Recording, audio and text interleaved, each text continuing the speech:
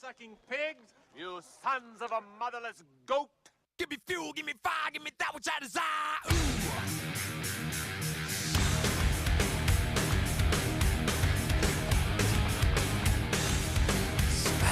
Why wouldn't it be a show if you didn't have technical difficulties right out of the gate? Welcome to the program. It is Fuel, Unfiltered Automotive Truth.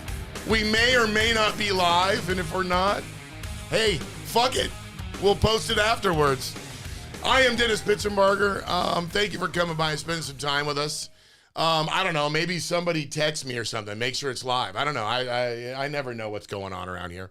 Hey, I want to, as we always do, we have to thank the Podfather, a gentleman named Joe. He's in the Chicago area. He put forth his efforts to make all of this happen in so many different incarnations that now it is what it is. And I do appreciate everybody coming by.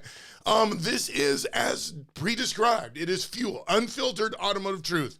If you know me, you know I have no filter because I'm like an Elon Musk, but kind of without the trillions. I just don't give a fuck. And my answer to most things are, go fuck yourself. Elon said it. I just picked it up from him. It's always fun to be in studio. Now, we have a guest today, but before we introduce our guest, you may or may not see her in the corner of my camera. But always, our lovely, my pit boss and the lovely producer of Fuel Unfiltered Automotive Truth, the always lovely and soon-to-be bride and be Mrs. Pitzenbarger, Marina, how you doing today? Great, thank you. Oh, it's so nicely and softly spoken. Thank you. Thank you for coming by. All right, well, let's get right down to it. We have to welcome our guest, Curt Landis. How you doing today, brother? Good, man. Thanks for having me. Now, I have a kind of a thing we do here because everybody knows I talk too much. You know, we'll get into that. We have a tradition here to loosen up, to lubricate the forthcoming of what goes on during this. This is one of my nicer bottles of whiskey. We'll pass that over to you. Your determination of your anxiety will be dependent on the amount you drink. No, don't put that down. You have to drink it. We go right out of the bottle. There's no fucking around. Just however angst you feel, you drink the according amount. Really? Yeah. Okay. I mean, don't drink too much because you can't sleep on my couch. You got to go home at some point. That is kind of an odd top to be drinking out of. That well, yeah. George managed it. I mean, you get a little George on there, but that's okay. And he's going, and he's going, and he's still going. Okay. That. There you go. Okay. All right. Pass that back. We don't. All right. I love you to death, buddy, but I don't want to get you hammered. You know. Only at the track. Only at the track. I may or may not have had a drink. I will completely incriminate myself right now, my friend. If you think that I haven't had a drink, both when I was doing late models and all the dirt stuff, or if you didn't think I've had a relaxation therapy before, maybe like I actually made it to third round and I'm, fucking freaking out, may or may not have had a sip. Maybe later in the year, I'm not confirming or denying. So I'm going to stop talking because whenever I bring guests on here, I said it earlier, you and I would consider us friends. Mm-hmm. I would consider us race mates, whatever. We joke around, litter mate. Who's my litter mate? Steve Canton is my litter mate. Okay. He made a comment one about we're at the back teat on what we were doing there. I'm a little closer to the butthole than he is, though, unfortunately. You have a very interesting story in not only the car, but racing. And I never want to talk to people beforehand because, like I said, we're friends. We race together. We've become closer and closer in understanding to help each other. Whether it's not, hey, man, you were the guy that was part of my decision to go both classes because I was watching you run pro and then watch you come over and you're like, dude, I got to park my car in your parking spot. I need a place to fucking charge my car. So before all of that, something triggered. And I know there's a great story behind the car. I got tidbits. The car itself is a story. I mean, this is, if I'm not mistaken, and this is where you got to start talking. You can just blow right over me. The story with the car starts all the way back to teenage years. Yes. I got that car in high school. Really? And I bought the body from Super Chevrolet from Kibby over there. Oh, right on. Yeah, Kibby. Yep. And I had a 350 and a 3-speed stick that I put in the car. Nice. And went down and raced at Portland for the high school drags and started racing on the street. Did that for... How dare you do something illegal? Oh, yeah. The problem with street racing is you get the one spot where everybody wants to go, and then it becomes a party spot. Yeah. And I seen somebody get hit and killed, and I just decided I needed to race at the track instead of on the street. I didn't know that. Now, I used to, of course, I never broke the law. Bad boy. I never broke the law, but I used to run down at Firestone on 181st was a really hot spot, not knowing now that I watch guys literally like untrailer, like literally like comp cars, like super stuff like us. They were trailering in and then racing guys like me with like, oh, I got an El Camino with a 305 in it. And then what the fuck happened? Where were you racing? Where were you doing your stuff? Most of our stuff was at Alcoa, Lower River Road in Vancouver. Oh, right on. And I raced out there too at Firestone. Right on. Not too much, but it Firestone was a little bit more of a cop trap. Yeah. Oh, that's where I got an exhibition speed ticket. Mm-hmm. I did get out and put my wallet on the hood, and he looked at me, and I said, well, that's because I won. I don't really give a shit. Are you a Couve guy originally? No, I'm a Portland guy. Okay. Grew up in Northeast Portland. Oh, right on. In the hood. Yep. Right on. Yep. So I want you to tell me, I want elaborate. You got to start, listen, nobody wants to listen to me talk. They're not tuned in to listen to me bullshit.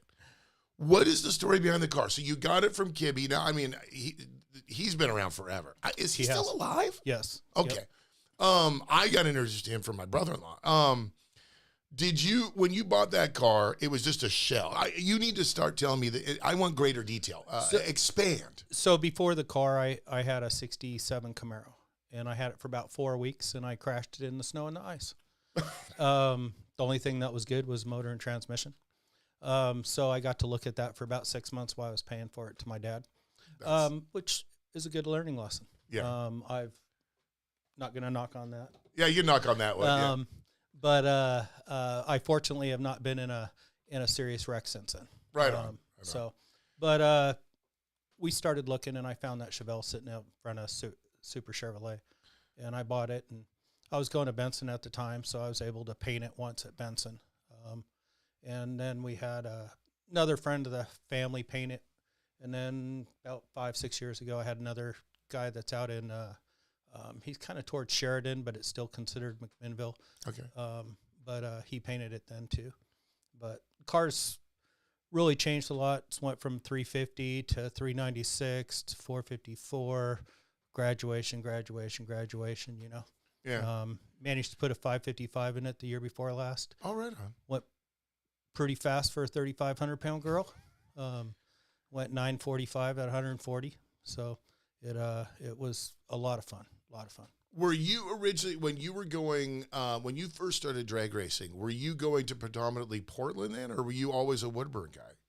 The first couple of years, I was pretty much all Portland. Yeah. Because it was, I lived off 27th and Lombard. Like down the street. Yes. What were you running? What combo was in the car then? The 350 was to start with. Okay. And when I put the 396 in it, it was about when I was starting to kind of switch over to go to Woodburn because it was a quarter-mile track. Right on. And Portland went back and forth between 8th mile and quarter back then. Yeah. But racing on the streets where I met my good friends, Joe and Hal Sorensen, the Chorbys, most of my good buddies that I have at the racetrack have been my friends since we were racing on the street, other than my other friends we've met at the racetrack like yourself. Right on. What, when you were building that car, or when you bought that car versus, like, I want to focus on the car a little bit. Was that always the plan to make it a race car? Or was that, or was it like, hey, I gotta, I'm a Camaro guy, so you didn't see me, but I weeped a little bit when you told me you totaled it. When you were building that car, what was the whole idea to make it a drag car? Or it was just like, hey, dude, what were you, 16 or 17 at that point? I was 17. 17. I really was just trying to have a car to be able to drive back and forth to school and to be able to race on the street. Nice. I hadn't really got that involved in drag racing at the track. Most of that was high school drags and just going to screw around. Right on, right on. And now that's, I look back at that, and I don't know. I mean, I'm 54. How old are you? I'm going to be 60 in a couple weeks. You're 60? Not quite. Got 2 weeks. Oh, you're hanging on to the 50s right now? I appreciate that. I'm double nickel. I'm not really happy about it. It's funny how you look back on that. You're talking about like high school days, that this, the Chevelle, I don't know, to me, technically you could call it the third generation or the, second, whatever. I'm not going to peel that onion. Yeah. That was just something anybody just bought for high school driving. My high school, when I graduated 89. So, I looked at the stuff that was in high school, and like a Camaro or a Mustang or something was like, oh yeah, it's just another Mustang. And isn't it crazy to think what that was like looking back now? Like you're in so imagine yourself in high school, you got the Chevelle, and there was probably Mustangs, Camaros, Cudas, whatever sitting back there. Oh yeah. What an amazing thing. I got that body in 1982, and I think I paid Kibby $450 or $475 for it. You could sell that for like, and it had a 12 bolt in it, and it was a factory SS car.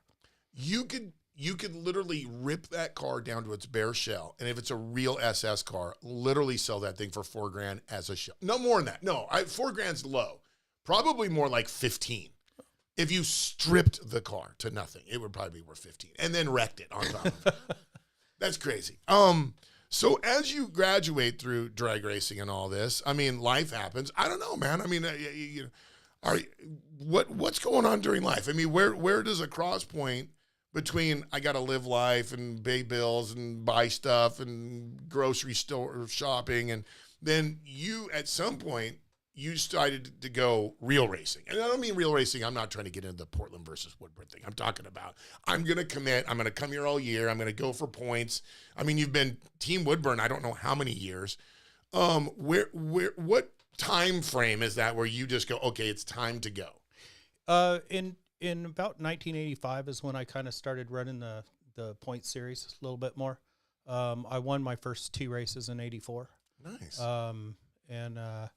But my dad helped me back half the car. I really should say my dad back half the car when he was alive. And rules were a little different back then.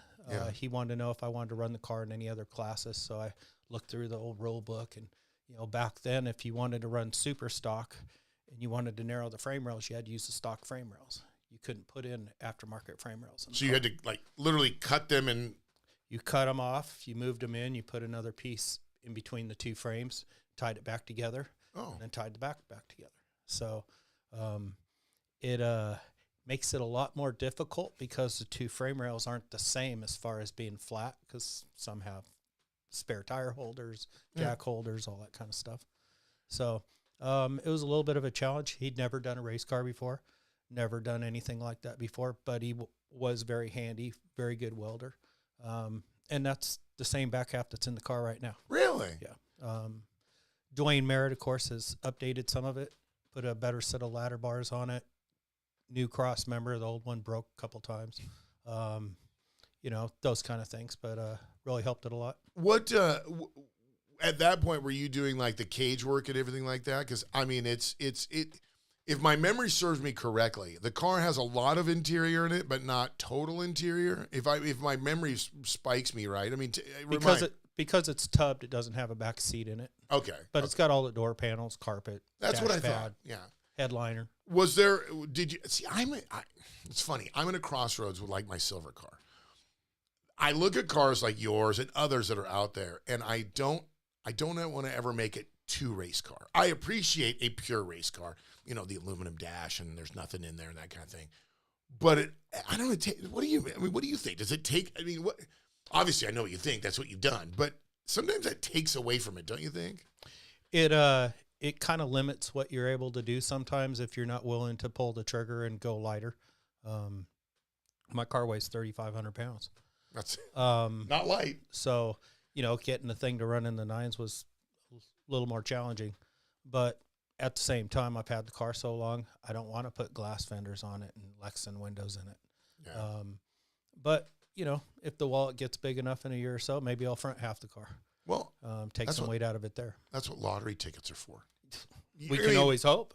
Dude, I got a bunch of them. I'm telling you, I always have lottery tickets.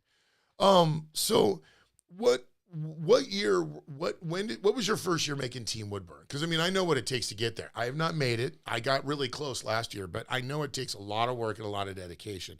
Do you remember what your first year was in? I think the first year I made Woodburn's team was either 86 or 87. Oh wow! So I mean wait a minute, that's like high school. No, I graduated in 83. Oh, 83. Sorry. That's all Sorry, right. I didn't mean to I'm do older the than you, remember? You're saying that, and I'm like, wait a minute, that's high Christ. school. Oh, are you serious? Do you really think that this is not dye? This shit I buy in a box, dude. Come on. Marina likes the silver fox thing. She's like, oh, you look handsome. No, fuck no. I will not look like Santa Claus. Not that you do, but I am not. I maybe a little later in my 50s, maybe. But right now, no, fuck, this shit's in a box. That's the only reason I look. If you look at the show I did with George, I'm completely fucking gray. So that would have made you, what, 22 or 23, right, at that point? Okay. What was that like, man? I mean, because I didn't even start drag racing until I was much older, right? I'd done other motorsports, but I didn't start driving. I mean, here you are, a young guy. Now you're like top 10. But I also know there's so many stories I've heard from guys like you that it was way different. I mean, you could be like 20, 30 on the tree and you're going rounds, and we all know what it's like now, dude. Well, when I started racing at Portland and the first couple of times at Woodburn, you didn't get reaction times. What? You got a handwritten time slip that had your ET and your mile an hour and a win or loss. So really? You were always, especially if you had a better, closer ET than your opponent, you're always like, well, how did I lose then? Yeah. And that was kind of before we really understood the reaction time as well. And then once they started putting the reaction time up, then things got way more serious. Yeah. Was it still the same? I mean, I can't help this. I want to dive into this a little bit. So was it still the same mentality? Like me, I have my little thing where I've got my stupid visor deal and I look at just the bottom light. Literally, I look at it like a pro light. I see the last yellow and I'm gone. We're at that point where you still, whatever your process is, looking at the lights, or was it, I guess what I'm getting at is I wonder what people's reaction times really were back then. They were not very good. I love that deductive reasoning. Just not very good. Well, once you got to see it on a paper, then you knew if you needed to leave earlier. Yeah. Or later. That's, but I think back then it was just a lot of different racing because you had a little bit more stick shift cars mixed in. You didn't have hardly any trans brake cars in pro bracket. Oh, really? Okay. At the time. That kind of evolved over that 10 years.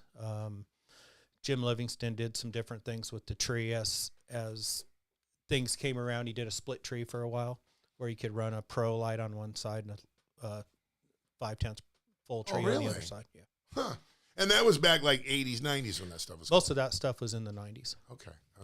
And that's why it's so interesting to talk to guys who've been doing it there for all this time, because you find all these little variances and differences about what's, what it was back then versus now.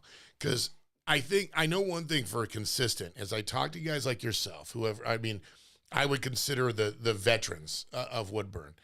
And I've heard this more and more and more, like, back in the day, with my little air quotes, you could literally be 20 or 30 on the tree and go 2 or 3 rounds. You could be 20 or 30 on the tree and win. Again, I miss my calling. I miss my time because I'm 20 or 30 off the tree. Shit, I could have been a champion. Then there's today. And today is quite different. I mean, it's like, I literally think if you're, I learned a few of the games. Don't think I'm not listening to you guys. But it's like, if you're not literally 10 or 00, in the teens or in 00 somewhere, like, you might not get out of first round. Oh, very possible. Yeah. What's the biggest difference between, we'll call it back in the day racing, and the last 5 years? What's the biggest change you think? There's way more holding on a racetrack these days. Yeah. Everybody wants to hold at the finish line and play the finish line game. That's probably the biggest difference. It's not that it didn't happen back then, but not every single race. Yeah. What's your I feel like I've scratched a little part of some psyche back there. So Curt, what's your thoughts on holding? You know, I'm the guy that kind of did the DFS at Woodburn because we had problems with the track for quite a while, and it's not that we don't have problems here and there. It's just, you know, sometimes it's the weather, sometimes it's from things getting spilt. You know, you never know. Yeah, but it you know, if you think you're going to have a problem with the starting line, then I think you got to hold.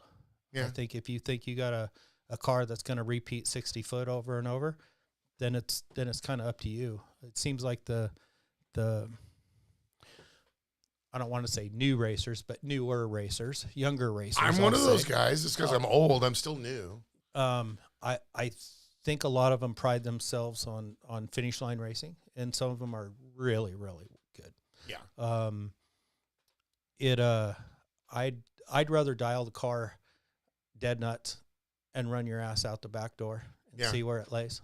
Yeah. Marina, take note on my little sketch pad that I have in the camper. We have very rarely gone head to head. I don't even think more than once that I can even remember.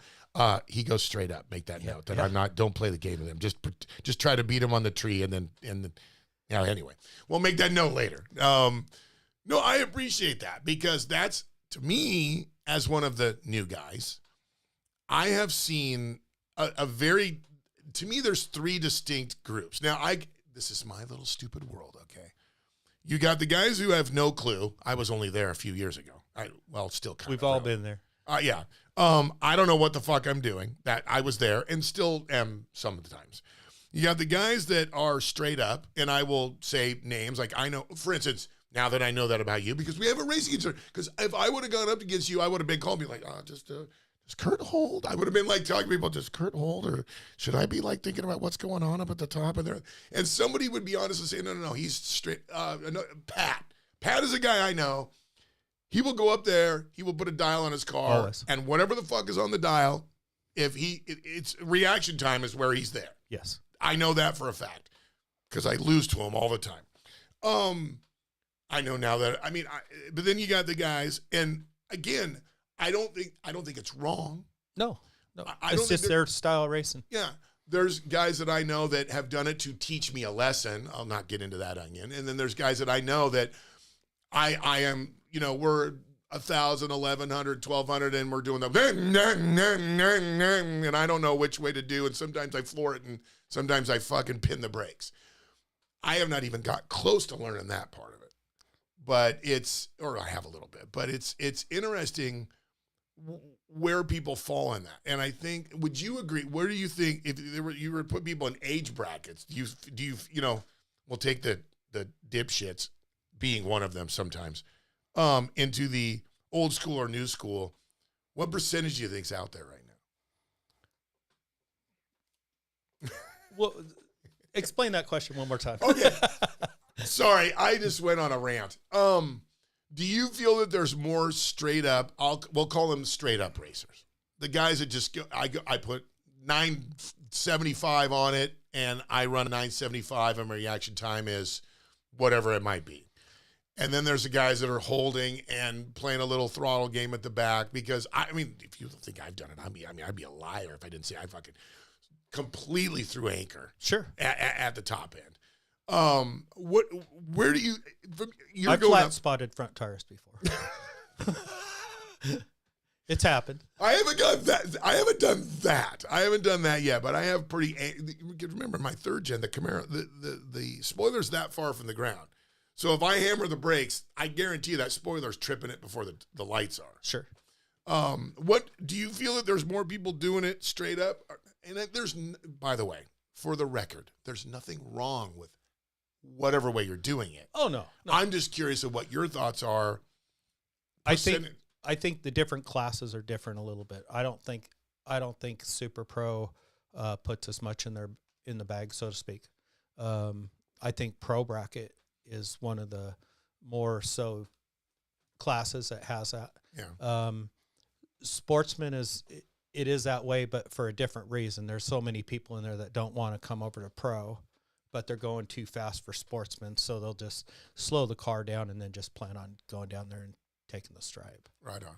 But you know, and when you race 2 classes and you go from quarter mile to eighth mile and back to quarter mile to eighth mile, that gets challenging against the super pro guys. You know, hats off to them with all their electronics and everything. Very tough to make a decision that close to the finish line in an eighth mile race against them when you're the slower car and you're shifting at 3-speed versus it shifting itself. Yeah. But quarter mile, I give them all a good run. Yeah, I know you can. Believe me, I'm in a chair drinking a beer most of the time before you are. Let's not forget that. Not always, though. Well, percentages are definitely towards you. That's kind of where I wanted to go. The pro versus super pro. You know, I only started doing, what is this, the second year I did it? I did it full time last year. I didn't do it the year before, did I? No. That was a learning experience. I did it for me too. Oh yeah. I did it a lot because I watched guys like you did and a few others. And for me, it was reps. I just needed the fucking reps. But it is, you mentioned something that really is different. I don't know about you, but buddy, and I'm not trying to it's not like I have some secret sauce when I'm down at Woodward, buddy. I'm guessing. I am full guessing. I think I know what the car's going to run because I look at all my old slips and I guess. I full-blown guess. Sure. Because I've only got a glide in my car. So, I mean, it's like, let go, here we go, shift, fuck, it's over. And so it's way different for me. I don't know when you're balancing the 2 classes, do you approach it any different? I mean, I've heard people that say they do. I don't know if you do. Do you approach things differently? I have to approach the eighth mile a little bit different as far as my dial-in. I need to make absolutely sure my dial-in is as close as possible. It's my only chance. They're usually, I'd say 9 out of 10 times, super pro guys are usually better than me on the tree. You know, I mean, I'm leaving on a foot brake. That's right. Oh, no, hold on. Time. You forgot that? Are you foot braking in both classes? Oh, yeah. Get the fuck out of here. No, Are I you did really? that the last 2 years. You run those kind of reaction times? Fucking foot brake. It's you and Stuart. How the fuck do you do that? I just cannot.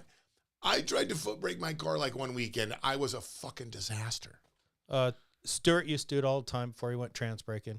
Then he was super good at trans braking. Then when he went to Super Pro, he tore a muscle in the back of his arm, had to have that fixed. It seems like he doesn't have the same reaction on the button, so he went back to foot braking. And last year, he was very good at it. Yeah. You know, there's a lot more advantages to leaving with a trans brake because you can control your car a lot more. You can use timing retards and different things like that happen when you let go of that button. But you still got a rev, a launch limiter in it, do you? Or are you just kind of, look at you. I don't even use a 2-step. Fuck. It's just a foot brake. What the fuck is going on around here? It's called old school racing, man. God damn. I've been criticized for it quite a bit. I got like 17 crutches. I look like a fucking army of fucking one-legged soldiers out there. I got this and that and this little button and that shit doing this shit and that. I didn't know that. That's what made it so much fun racing in Super Pro the first year when it was quarter mile, because it was like I still had a fighting chance down there at the finish line most of the time, but the eighth mile is tough. It's just really tough. I got lucky. I won a few races last year. How the fuck I mean, okay, one of them red lit, but it was also win's a win. Yeah, but it's tough because those guys. I don't know if you know this, but I put a box in the car, then I wired it wrong, and I went up there and I pushed the trans brake button and it locked it, and then when I let go, nothing fucking happened. One little wire on the wrong side. I had to literally turn the box off to launch the car. I found that out in the back, luckily. I'll get that down. But I've already, I've added a box. I want to know, I go and talk to this. How the fuck do you do that shit? I had no idea that you're running both classes, foot brake, no nothing, just fucking wing it. To me, winging it. Winging it. Yep. Fucking winging it. Yep. And you win a lot. Fuck, you're good. I already knew you were good, but Jesus. I watched Brian Schaefer do two classes for a couple years, and he did awesome. I mean, just absolutely awesome. But he was putting a box in for Super Pro and then taking it back out for Pro. Really? How you could go back and forth and that's got to be pretty tough. I listen. I'm hoping that people would have faith in me that I really am not using the box. That was a joke when I bought the car because it had a box in it, and then I won a couple races. People were like, "Oh, there's a box in that." Like, dude, I tell you what, if I can actually turn it on and push the buttons and make it work, then you can explain to me how I work it, because I don't know how I can go 200 green red and fucking 50 or 200 green and then 50 red if I'm using a box. I don't know how to fucking turn the thing on. I now know how to do it. I just didn't wire it right. We'll just talk about that later. I didn't know that. I had no idea that that's what you're doing. This is why I do this. Now, I hope we're not giving away secrets. Nope. Okay. Nope. Everybody knows. Everybody. Well, not everybody. I didn't know. What the fuck? Well, that's why I sponsor the foot brake race. God damn. Am I that fucking naive? Am I that Throwing naive? one at you. Well, I can tell you what. I'm not participating because I suck at it. I'm just going to tell you right now. I did not know that, man. So anyway, beyond my stupidity, are you going to run both classes this year? Are you going to run all the way through? I'm not going to run both classes for points. I'll probably run both classes here and there for extra passes on the car. Yeah. But I'm not going to run Super Pro for points this year. Why not? Inquiring minds want to know. Well, or just me, at least. I don't know if you've seen how many times the car got broke last year. I noticed there was some hurdles. And I still managed to make all the races, but it was one ton of work. What all went bad last year? Let's have a recap. Let's have a Kurt's recap of shit that went wrong. Oh, my. 2024. It's a pretty long list. What? 3 years? Well, let's see. We rewired the car, went out with the big motor in it, and was having a few problems electrical, but the car was still running. And quite honestly, I screwed up and I got the car too hot and hurt the motor. Oops. So I put the 496 in it, and we had more electrical problems, and the car shut off a few times, and it had like in run. Yes, as well as getting to the staging lanes, and then it would just all come back alive. So we chased that a lot. I mean, put pretty much every piece of electronic equipment that you can put in, between distributor, coil, MSD box, wiring in between, grounds, positives, switches. And I put it out on the internet. Hey, I'm having these problems. Yeah. And Gene Heaton mentioned that he had the same kind of issue with a battery switch. And we had changed the battery switch at the time. So I changed the battery switch, and my electrical problem went away. Oh, my God. But, that is, I'm sorry. When you think of problems like that, you start changing things. Like, yeah, is my MSD box bad? Yep. They go bad. They go bad. All these high-dollar parts, and it was like a $15 fucking battery. It was the cheapest part. Fuck. Weakest link. Yep. Always breaks the chain. So we had a upper A-arm brake on the passenger side. That was during a pass, right? Because it was between the burnout box and starting line. Oh, I didn't. Okay. And it broke the cross shaft, and which case the wheel went up into the fender. It didn't really do much damage. Okay. So I had to put a different A-arm to get that thing home. Then about 3 months later, it broke a lower A-arm. It broke it right at the welds where it goes into the frame. Your A-arm. Sorry, I don't mean to take an off ramp here. The front end suspension, the Chevelle, is it like factory stuff? Is it tubular stuff? What? The A-arms were TRZ tubular A-arms. Okay. I will never buy TRZ products again. Subsequent note: TRZ will never be a sponsor of this program, and I don't even know who TRZ is, but fuck them. Fuck them. They don't like discussing their problems with their product, and they won't stand behind them. So why would you want to buy them? Good point. They told me my problem was it was from fatigue, but it broke right on the welds on the lower. I've had 3 race car builders look at it. They all said it was poor welding. Well, there's some good what do you do? Customer service. It's your fault. Yes. Okay. So beyond TRZ. Not familiar? Fuck them. I'm with you.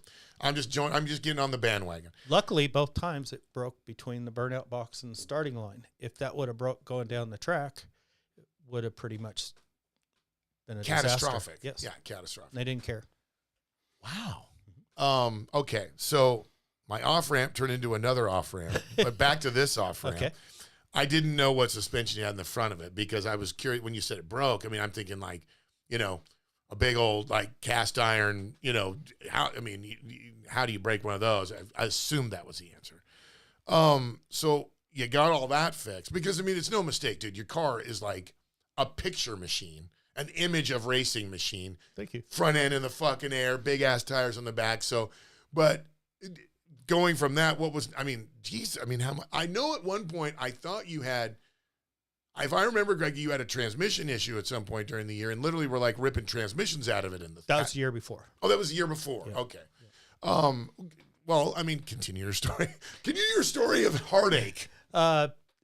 Mostly, you know, the motor, the two A-arms, the electrical problem, had a little bit of fuel issue with not running enough octane in the gas. But, you know, somehow still managed to make race champions. That was just by luck. It's not luck, though. It's still skill. Don't give me this luck stuff. I have luck. I'm bad. It's being stubborn and going every week. Now that I assimilate with. Absolutely. By the way, note to the pit boss producer, when I'm complaining about one little tiny thing not being right on my car, I need to shut the fuck up. I will do it even though I told you not to do it on the table because that car has like so little problems. Because if it had catastrophic problems all the time, I would probably have already driven it into the farmer's field. Because I can deal with me sucking sometimes. But if I had a car that I had to fight, that would be a whole nother.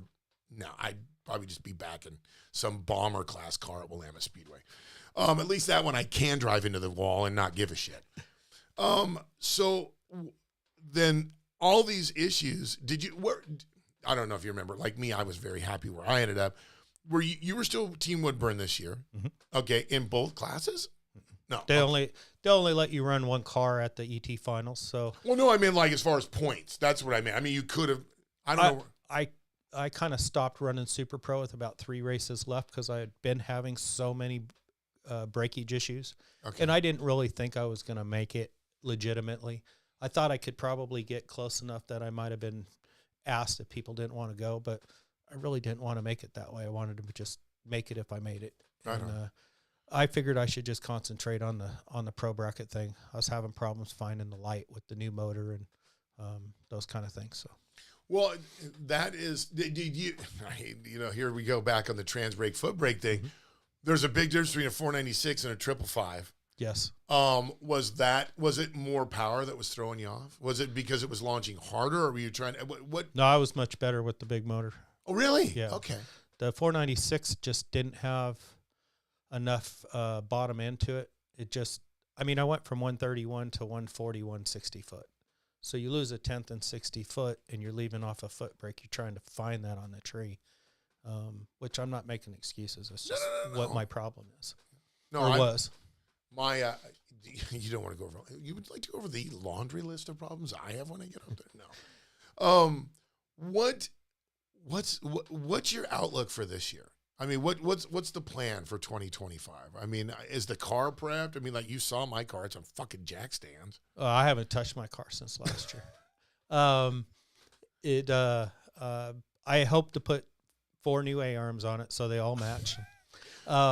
I've been doing a lot of homework on it. I think I'm going to end up with Global West. They seem to make a much beefier one for the bottom, which is important to me. And we'll do that. And I got a motor getting redone, so I'll have. Are you going back through the 555? Or another? I had a 540 before the 555. That one's going to get freshened first. Okay. But none of them. I mean, the 555 just lost a rod bearing, so it'll still get fixed and put back together. Right. The 496 is kind of like the spare to get you by. Oh my God, I got to put it back in the car motor. Yeah.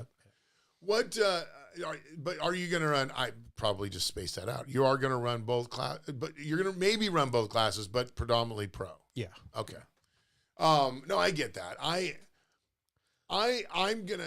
want to do both. I need the reps. I'm still, I mean, I do not, you have like, if I don't even know how many reps or how many passes I made last year was more than I ever did. And I know it helped a ton.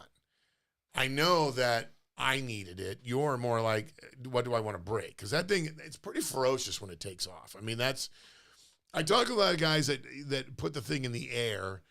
I mean, I have yet to drive a car that does that. I would like to. I will gladly. I can't drive your car and do it because I can't foot brake for shit. Not that you would offer, but I always wonder what people are thinking at that moment. You know, I've picked it like Steve's brain and Maddie and these guys that do that. Is there a constant like, I may die, I may not? I mean, when I put the 555 in, I had a loose converter in it, and it made more power than the 540, and it freaking stood way up. And I didn't know what it was going to do, but I didn't really want to lift and have it crash land. No. So I just stayed in it, and Scott Lang was behind me, and his eyes were pretty open when he got to the other end. He said he'd never seen my car get so high. But when it came down, it hit really hard. Oh, did it? And it could have did some of the damage to at least one of the A-arms. Oh. But, you know, I think about it, it's like that was one extremely hard landing. Steve's been in like 12 wheelie contests. Crash lands almost every time, but usually on the right side. This time it was on the left, so he did more damage to the car. But and he runs TRZ A-arms, and he's never bent one or broke one because his were made before mine by 10 years, and they made them a lot different back then. You know, I may be reading into something here, but there is quite a sour taste for a particular company out there. That bothered the fuck. Just say it. It bothered the fuck out of you. Absolutely. I don't blame you, man. The Tabor brothers also broke a TRZ A-arm at Portland this year. Really? Yep. And they took theirs off and put them out at that swap meet for scrap metal, I think. Yeah, that's the kind of thing. I don't blame you. I mean, I know that kind of. It's my life and my car. Yeah. I mean, why wouldn't have they at least? This is me. They didn't want to see a picture of it, but yet they knew it was fatigue. But okay, I'm not even. I don't even know. I don't even know how to approach that without being an asshole. Fuck it, I'll be an asshole. How? That's like the doctor telling you how you're sick without fucking looking at you. Mm-hmm. Mm-hmm. Wow. Okay, well, this segment brought to you by Fuck Them. Mm-hmm. It is what it is. You know, their CEO unexpectedly passed away, I think, if I read it right, like 7 or 8 years ago. It's probably when the company just started not doing as well. Well, that's automotive industry in general. I mean, from my point of view, do you know how painful it is to see companies become these big corporate mumbo jumbos? Yes. I mean, their products start getting made overseas. The metal's not as good. The welding's not as good. And next thing you know, you have a disaster on your hands.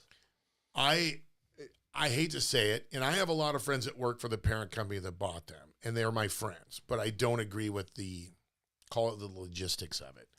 I have pictures, in my office, I have a picture of Vic Jr. signed. I read his eulogy. I mean, pressure, you think? Yeah. All the people in the freaking world on the planet, I read the eulogy for Vic Jr. Why? I don't know. And when that company sold, and then all of a sudden the toy barn's torn down and his office is torn down, and the company puts everything into we're going to move this here and move that there.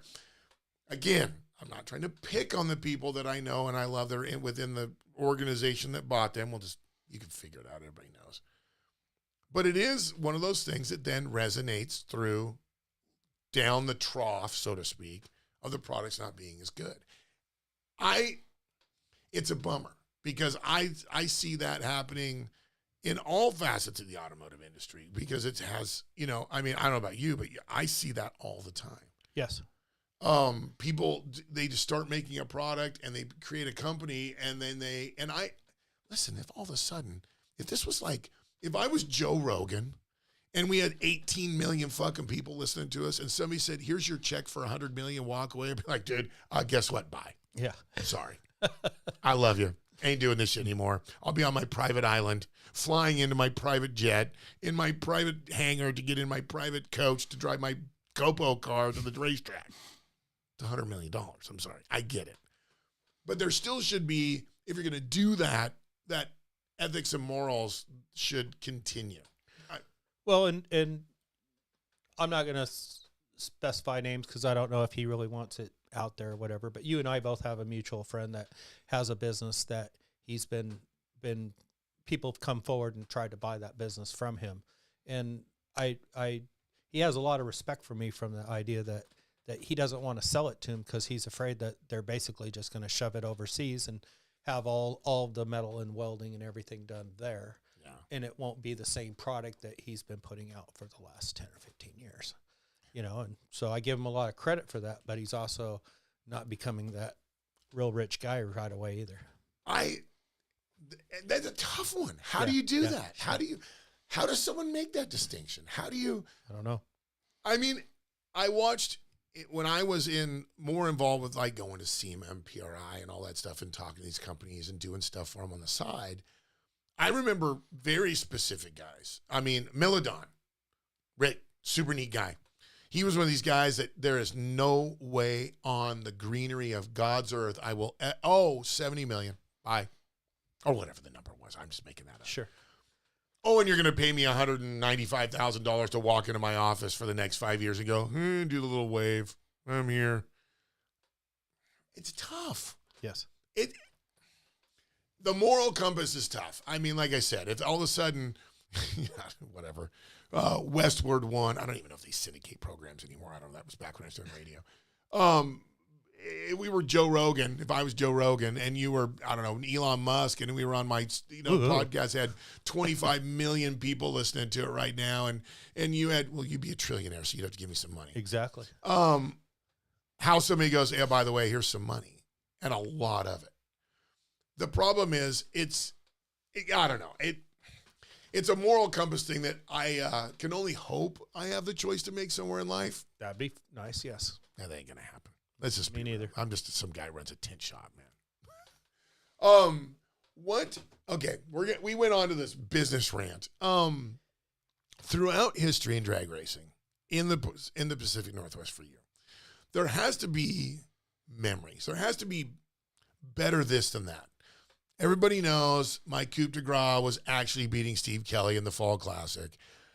I still have no idea how the fuck it happened. It happened. It was cool. I think you were one of the guys on the fence drinking beer at the end of the day. Yep. And I think you were one of the guys that walked up and said, you fucking beat him. Yep. Okay, he's been on the program. It's great. I love the guy to death. There's got to be moments like that for you. It was, whether it was the feather in the hat, the first one, what are those memories for you? Well, one of them has to do with the same gentleman, Steve Kelly, good friend of mine as well. Night of Fire race, non-electronics. Made it to the finals, racing against him, and left the starting line, and within about 300 feet, the throttle cable broke on the car. But I looked up, and my wind light was already on. He red lit? Oh, okay. Still a win. Who gives a shit? I've done it the other way plenty of times. Yeah. So I've had that happen. You know, it's funny you say that. I've had that happen to me. I've had the throttle cable. Before I had the other carburetor in the car, I've had that exact scenario happen. Literally where I let go. I made it. I don't even think I made it to 60 feet, and it was done. I'm like, mashing on nothing's happening. It's idling. And I look up, and they went red. He was coming down the return road, and I was still kind of coasting a little bit. He thought I was just, enjoying my win. Taking it in. I go, it was broke. It was just rolling. But do you see yourself doing this for even longer? I mean, are we going to be the guys that are getting wheeled into our cars with wheelchairs in not a couple years. Let me face that. Maybe a couple decades. I'd like to think that I'll be able to race at least 10 more years. You're only 59, dude. Well, you just, it depends on finances, depends on your health, depends on everything else. But I think you should race as long as you're having a good time, because you have so many great people down there. Yeah. It's really like our extended family by far. And I have all my real close friends on the most part, except for just a few, are all at the racetrack. So, even if I'm not racing, I'll probably go down there and visit. But we could all just get trade in all this hard to take care of shit and buy Corvettes and get jorts and New Balance and just race those. Yeah, what fun would that be? Good point. I think it's been a great visit, man. We had a little fun. We talked a little trash. Not about anybody. Well, no, wait. Speaking of arch nemesis, who's your arch nemesis out there? Mine was Steve Kelly until I beat him once. Now I don't. I mean, there's several others that are, my thing is I got to the point now where I feel I could beat any of what I would call the big swinging ding-dings out there, right? Like, I would be like heightened to the nth degree to line up next to you in a round race. Because I'm like, I know who's fucking good and not there, right? I'm past the duck stage, I believe. But I feel like I got a damn good chance at beating all the big dogs out there. One of my arch nemesis was Steve Kelly. I was like 0-11 or 12 against him or whatever it was, and I win one, right? Who's your arch nemesis? Scott Lang. Scott Lang. Yep. That little Pinot's kicked my ass so many times, it's just stupid. That thing it is the most unassuming, and he's a foot breaker, so you gotta love that. He's damn good. He is, he won't come on you do me a favor. I keep telling him to come on the program. You know what he says? I'm not doing it. Why? You got it. I want you to personally fucking haggle. Okay, Scott Lang to get his fucking ass down here. I will sit in the shot, because the Pettit brothers, they're, and they're all right. They're from here to my driveway from where I work. Oh, really? We bullshit all the time. Yeah. When I did just the audio part, Frank and Scott came on, and I'm sure I will have, them back on this when I can get them both together. Yeah. Lang, I'm not going to do it. What the you personally, for me, will you haggle him? I'll tell him how much fun it was. Thank you. So that's interesting that you would say Scott Lang. The guy, he has more win stickers on that freaking Pinto than I think rounds I've ever ran in my life. Yes. That's he's long time. Yeah. If you were going to tell somebody that was crazy enough, like myself, whatever motorsports they did before, maybe they want to get into it, what would be your word of advice? Your word of it. Excuse me. Curt Landis, word of the day. Whoa. Advice of, I want to go drag racing. What would you tell him? How big's your wallet? I knew the first thing that was going to come out of your mouth was, okay, I have $1 million. What's the first thing you tell me when you know I have money? Go have a good time. Meet some new friends. Okay. It's a family down there. And you don't have to go broke doing it. I love that answer. It wasn't this, that, car, tree, trailer, whatever. Just have fun. That's why I go. That's my out. I don't go hunting. I don't go fishing. I go drag racing. Truer words never spoken. It's a blast. It is. Buddy, if anybody, it's funny. I'm not going to go into it. I'm not going to peel the onion. I don't know what you do for a living. I just want to talk about fuck cars with you. I did win a Wally at a divisional race in a foot brake class. See, why are you telling me this now? Why are you telling me? Never went back to that. Well, God damn it, tell me. There's no, I can end this shit whenever I want. Why are you holding back? Are you trying to hold back on me? Are you holding? I was adding it before you cut me off. I cut people off. I tell people, just shut. You have absolute. I should have said this at the beginning. Curt, look at me in the eyes and say, "Shut the fuck up. I want to tell this story, Dennis." That's a cue.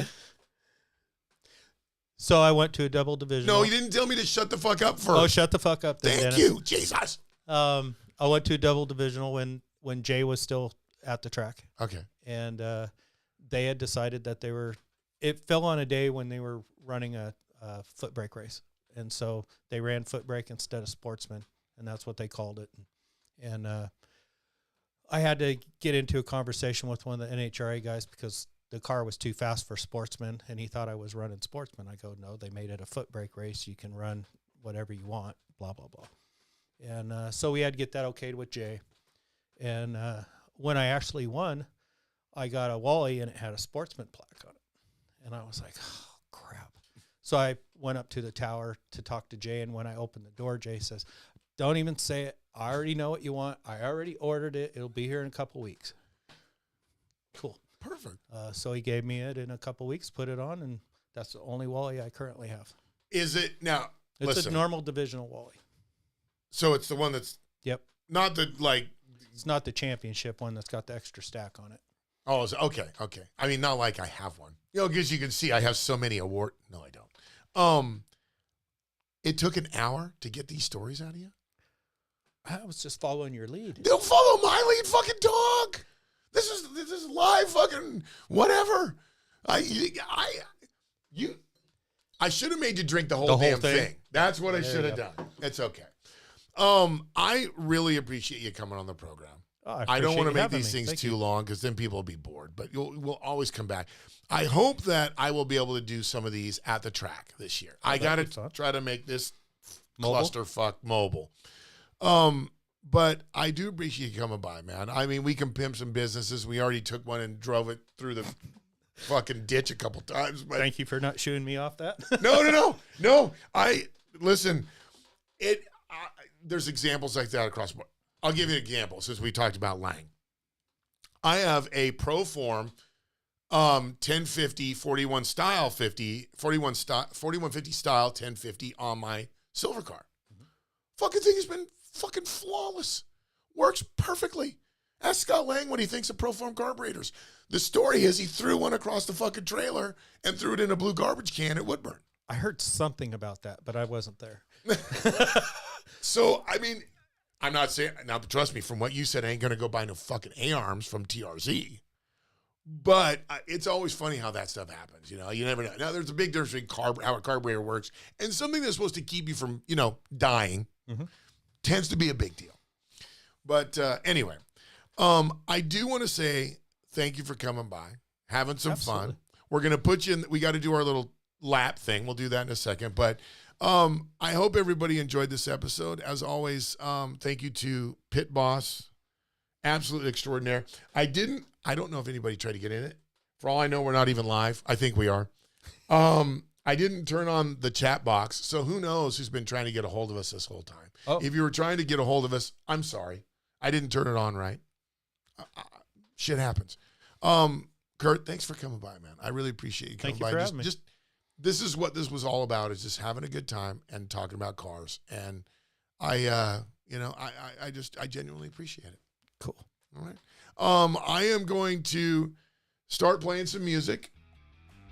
If you want to, it's Fuel, Unfiltered Automotive Truth. If you got something to talk about, if you want to drag TRZ through the fucking mud like Curt did, you can do that too. I don't give a shit. Look for more episodes and more going on. And I appreciate everybody in letting me do my stupid shit. And I will continue to do it because I already have all the equipment and I don't give a shit about sponsors. So as in the Elon Musk closeout, if you think you can buy me with sponsorship and not talk shit, go fuck yourself. Right? Love it. It's Fuel, man. We'll catch you on the next one.